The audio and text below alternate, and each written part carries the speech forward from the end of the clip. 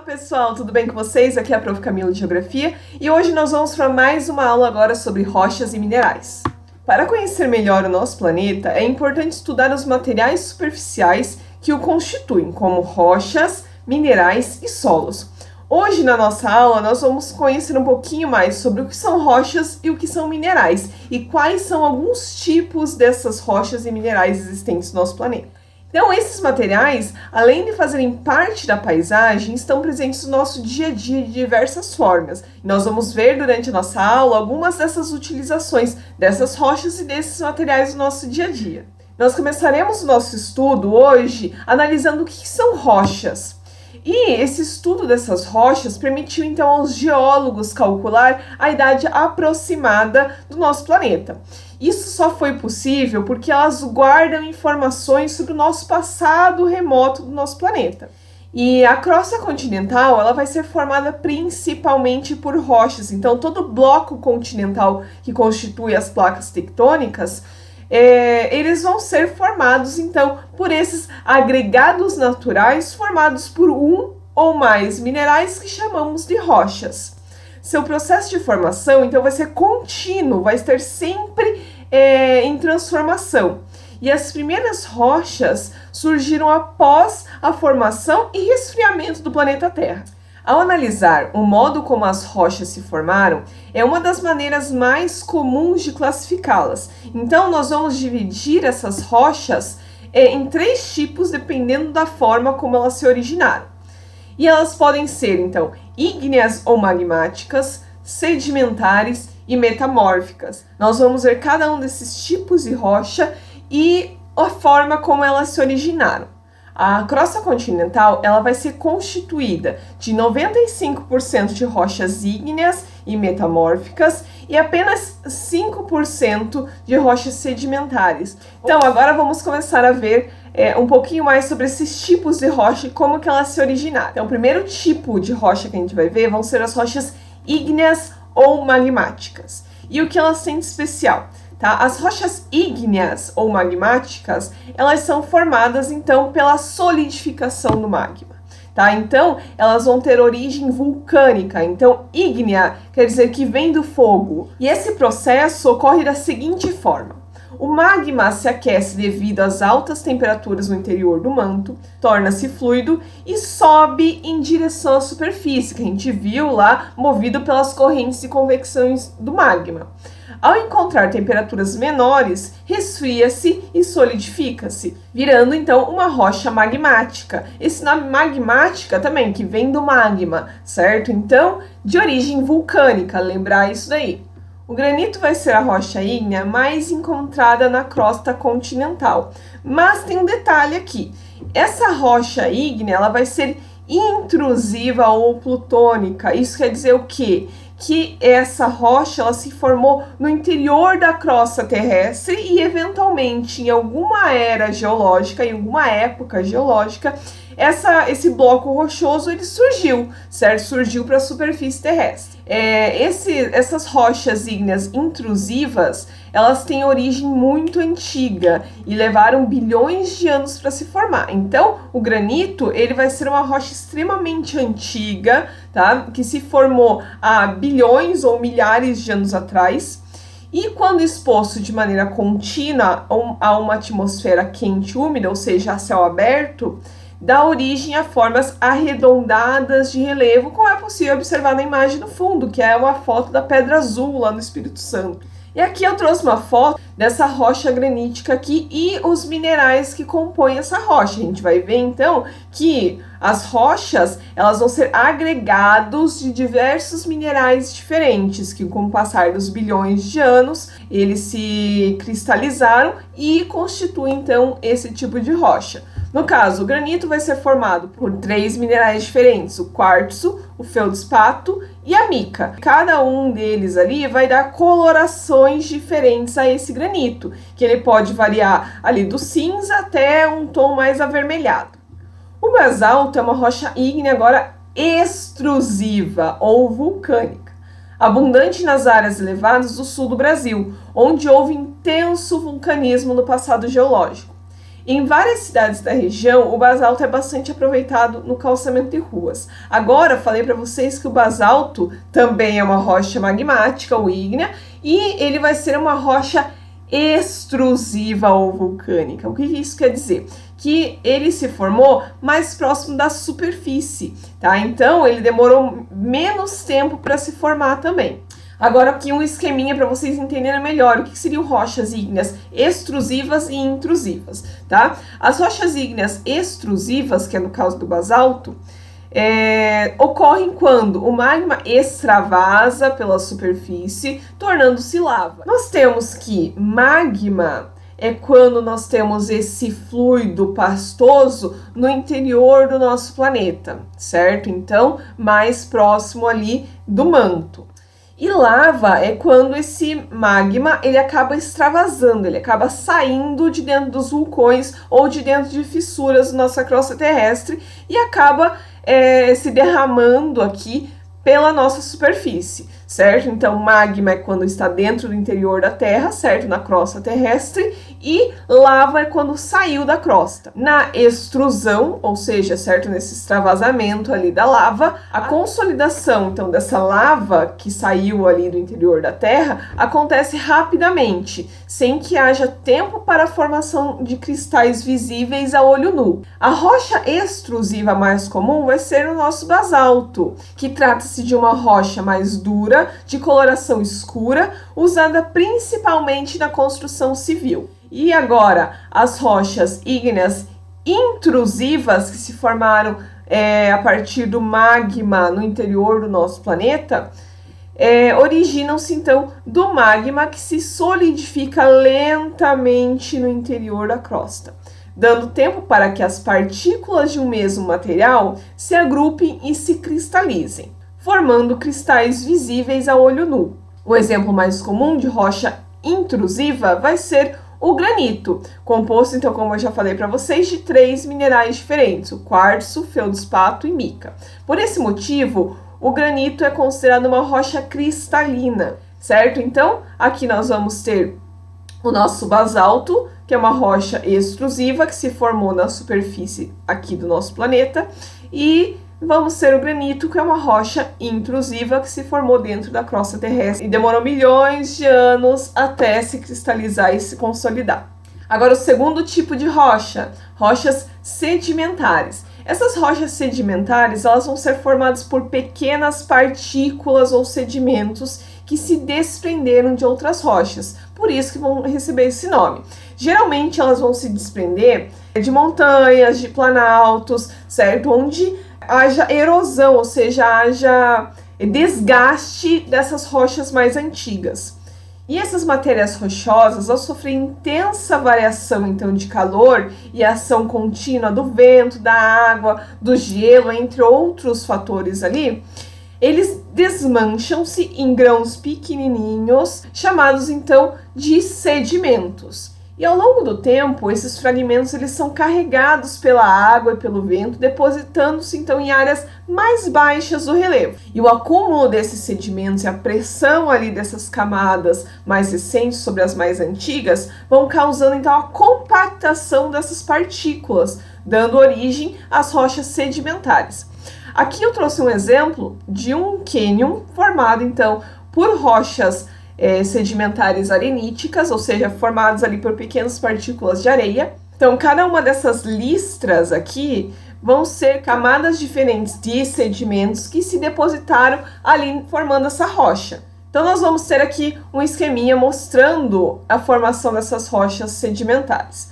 Nós vamos ter que a variação de temperatura, ação da água, do gelo e do vento, acaba fazendo com que haja erosão, ou seja, haja desgaste dessas rochas mais antigas, e o transporte de partículas desses sedimentos ali vai ser feito tanto pela água das chuvas, dos rios, o próprio vento acaba carregando essas partículas de sedimentos, e vai acontecendo então o acúmulo de sedimentos em diversas camadas, tá vendo aqui na imagem? Então, cada uma dessas camadas aqui foram épocas diferentes de carregamento de partículas, de sedimentos, tá? E essas camadas mais aqui embaixo vão ser as camadas mais antigas desse tipo de rocha, certo? Então, o acúmulo de sedimento e a pressão das camadas causam a compactação dessas partículas e formação dessas rochas sedimentares.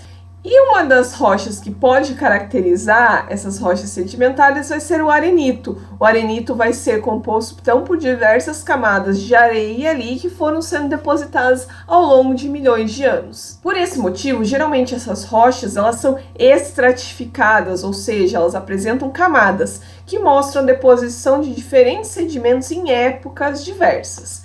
As rochas sedimentares também se originam de restos de outros organismos, como, por exemplo, o calcário. O calcário é uma rocha sedimentar e é formada pelo acúmulo de conchas marinhas. Então, essas camadas mais aqui embaixo que vocês estão vendo vão ser camadas mais antigas, porque são sedimentos que chegaram antes nessa região e elas acabaram se compactando pelo peso e pela pressão das outras camadas que vieram logo em seguida. Dá pra gente dizer que essa parte aqui de cima vai ser a área dessa rocha mais recente, tá? Porque você vê que ela ainda está em formação, tá? A gente vai ver várias partículas soltas aqui.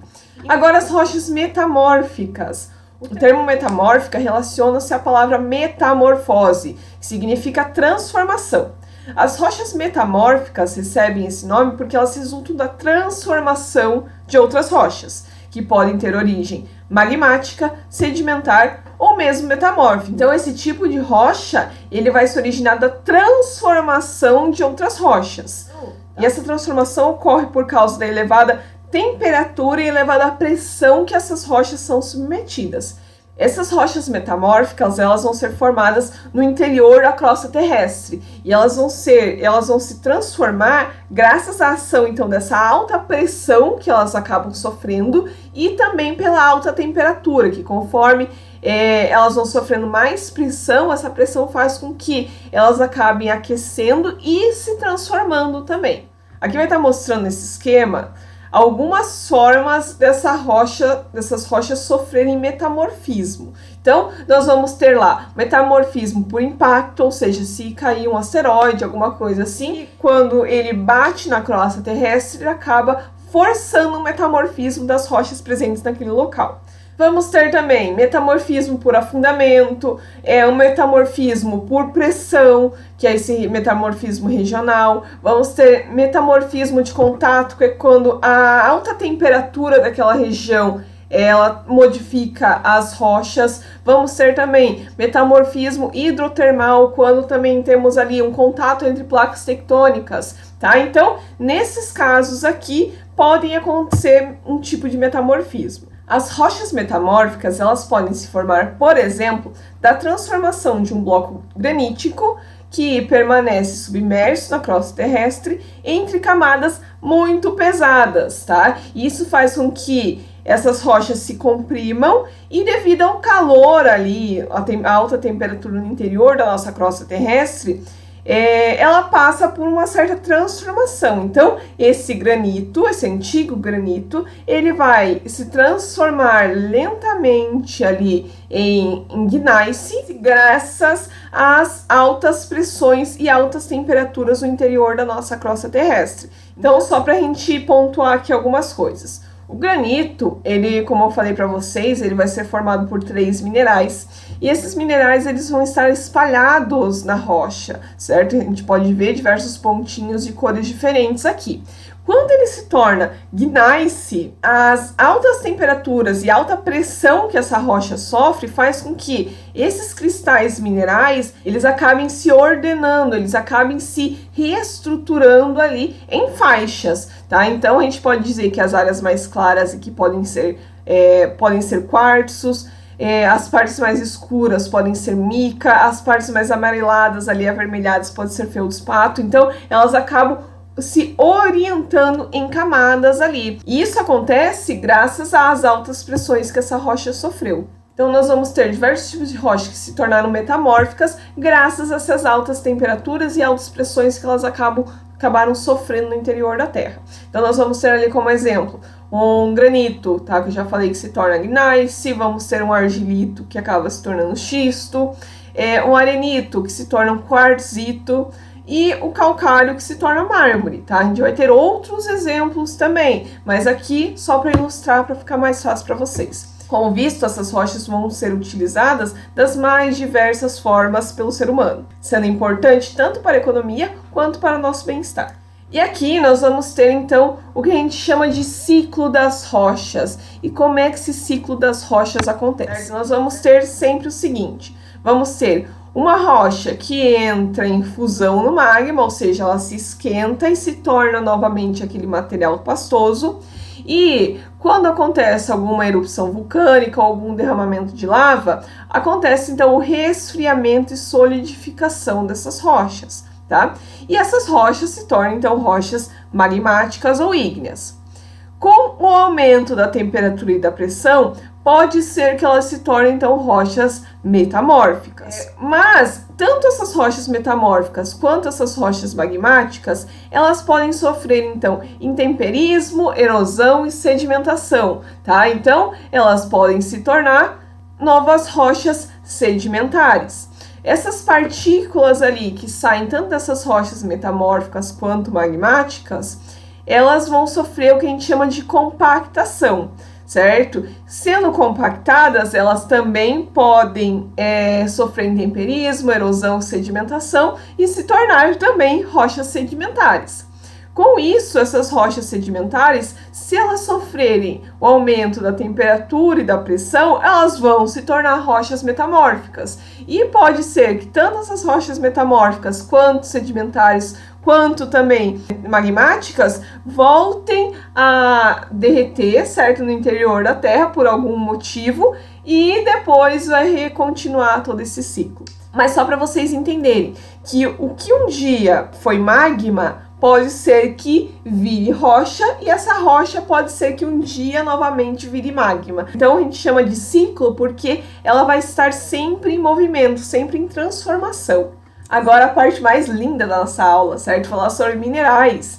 A palavra mineral designa elementos ou compostos naturais sólidos, com composição química bem definida. Esses compostos minerais, eles formam então as rochas que constituem a nossa litosfera. Essas rochas que compõem a nossa superfície terrestre, a nossa crosta terrestre, elas vão ser então compostos por diversos agregados ali de minerais. E de acordo com as características que apresentam, os minerais são classificados em metálicos, como ferro, alumínio, cobre, entre outros, e não metálicos, como enxofre, talco, sal, quartzo, entre outros também. O ouro e a prata são minerais metálicos que foram utilizados em moedas, barras, como meio de troca, sendo símbolo então da riqueza.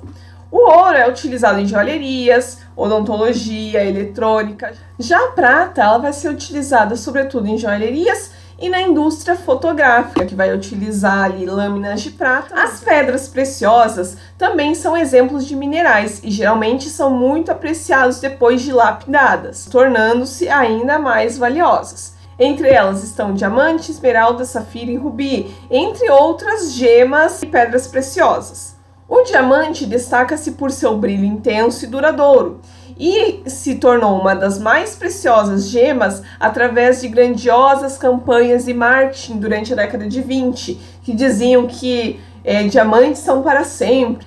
Muitas pessoas acabaram comprando, digamos assim, essa ideia e fizeram com que o diamante, apesar de não ser tão raro na superfície terrestre, acabe sendo uma das gemas ou pedras preciosas mais valorizadas no mundo. Por ser o mais duro de todos os minerais, o diamante é muito empregado sobretudo em brocas, utilizado para perfuração de rochas e até mesmo para a odontologia. Então, por exemplo, quando você vai no dentista, aquela broquinha lá que fura seu dente, muitas vezes tem um pequeno cristalzinho ali de diamante. Tanto o rubi quanto a safira, eles vão ser um tipo de mineral só. Vai ser o coríndon, tá? Só que daí, dependendo da coloração, ele vai ser chamado de rubi ou de safira, certo? Rubi quando ele é rosa, vermelho, e safira quando ele é azul.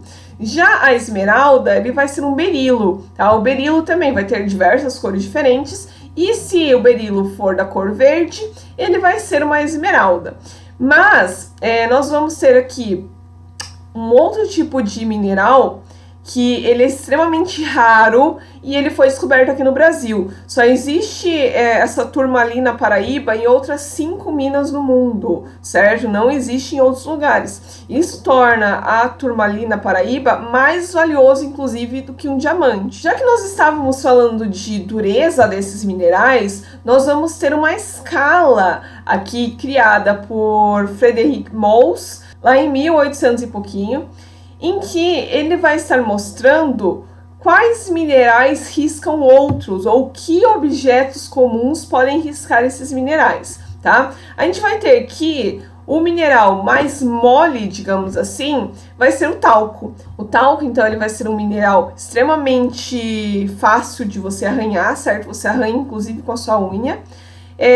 Depois, nós vamos ter o gesso, a calcita, a fluorita, a apatita, ortoclase, quartzo, topázio, corindo e depois lá em 10º, ou seja, o mineral mais duro que nós vamos ter na crosta terrestre, vai ser o diamante.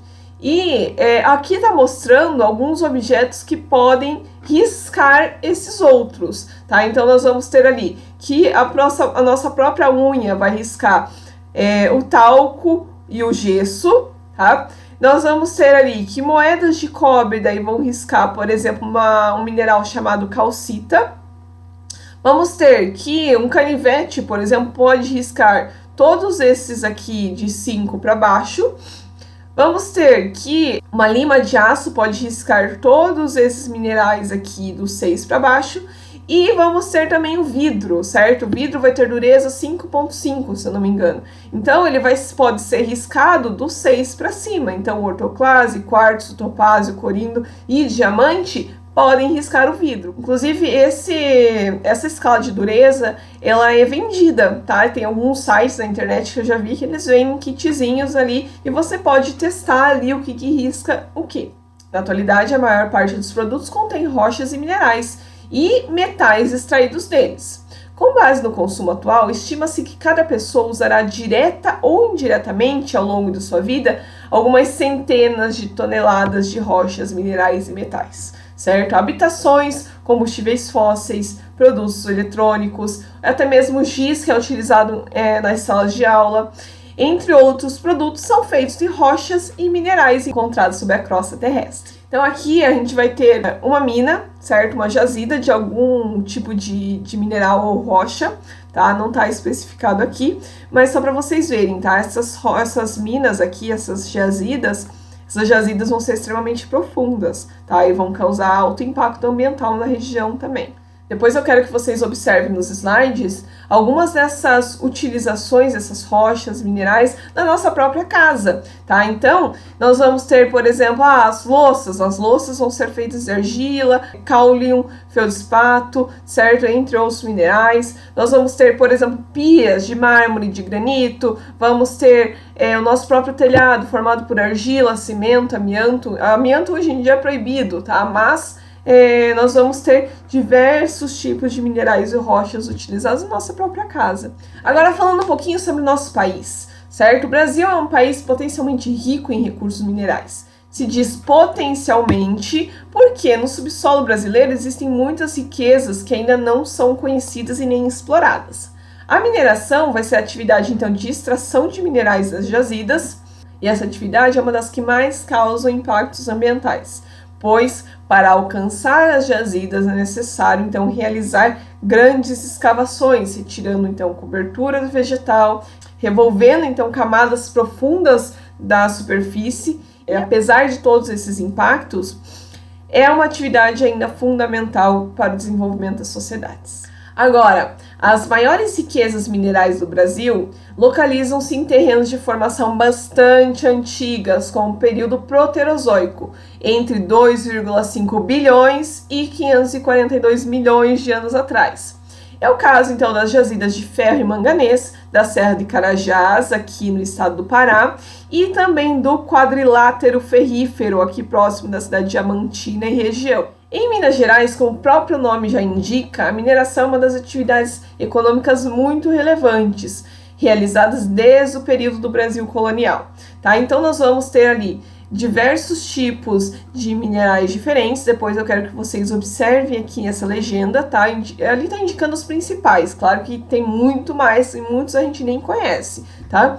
Mas as principais áreas, como eu já indiquei, vão ser as serras do Carajás, certo? Aqui no sul do Pará, e também o quadrilátero ferrífero aqui em Minas Gerais. E por último, eu trouxe um resumão aqui, certo? Falando então sobre o que são rochas, que rochas são agregados naturais formados por um ou mais minerais. Os minerais, então, vão ser formados a partir de alguns elementos naturais que existem então, no nosso planeta Terra e acabam se solidificando. Vamos ter também que as rochas magmáticas, elas vão ser formadas pelo resfriamento e solidificação do magma. As rochas metamórficas têm origem da transformação, então, de outras rochas, de rochas magmáticas, sedimentares ou outras metamórficas, quando submetidas, então, a certas condições de pressão, temperatura, umidade.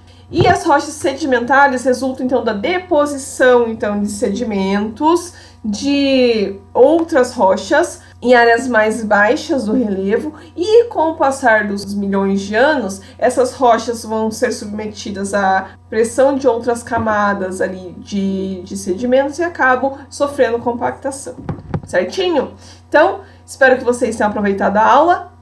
Beijão, tchau!